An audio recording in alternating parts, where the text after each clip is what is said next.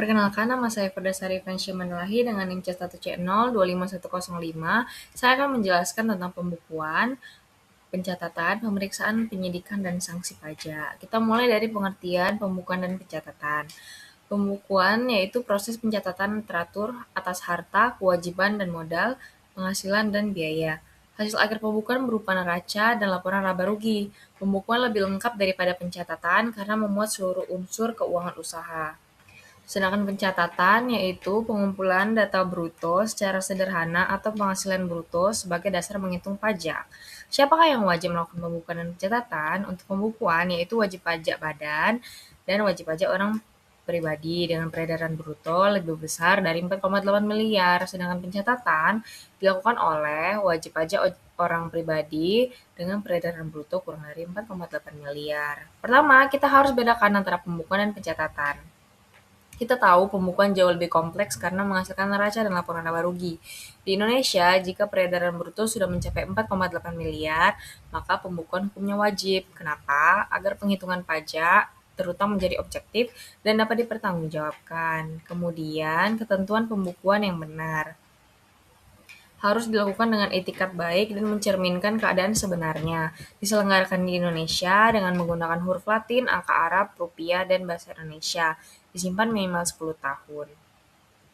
Aturan ini dibuat agar data pajak mudah diperiksa dan dapat dipertanggungjawabkan. Pembukuan tidak boleh dilakukan sembarangan, harus ada etikat baik dan mencerminkan keadaan usaha yang sebenarnya. Hal ini krusial, sering dilupakan adalah masa simpan dokumen. Semua bukti transaksi wajib disimpan selama 10 tahun. Ini adalah masa daluarsa pajak, di mana otoritas masih bisa melakukan pemeriksaan atas tahun-tahun sebelumnya. Kemudian pemeriksaan pajak dilakukan oleh Direktorat Jenderal Pajak untuk menguji kepatuhan wajib pajak bertujuan menghimpun data, keterangan, dan bukti secara objektif.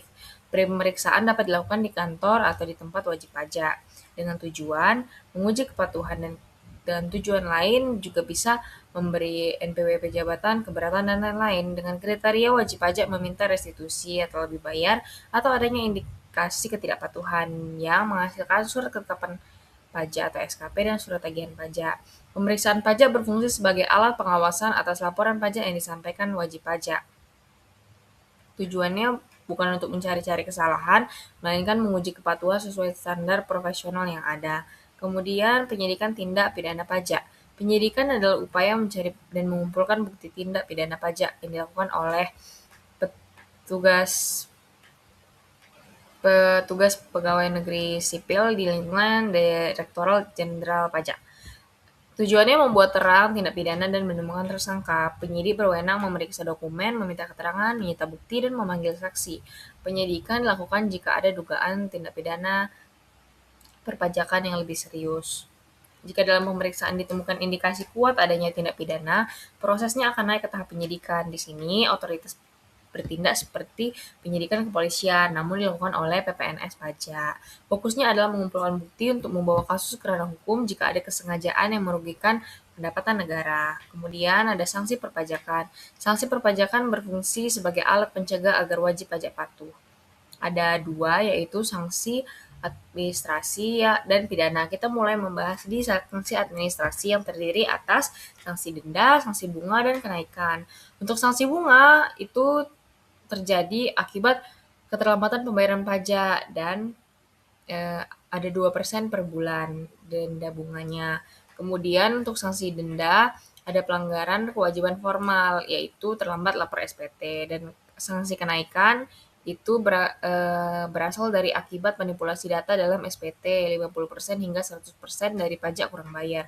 Kemudian ada sanksi pidana yang meliputi denda pidana, kurungan, bahkan penjara yang terjadi akibat kealpaan atau tidak sengaja, denda atau kurungan paling lama 1 tahun. Kemudian kesengajaan. Sengaja tidak setor atau memalsukan dokumen yang berakibat penjara paling lama 6 tahun. Dan prinsip ultimum remedium, yaitu pidana adalah jalan terakhir. Sanksi administrasi lebih bersifat pengganti kerugian negara, sedangkan pidana merupakan hukuman atas pelanggaran berat.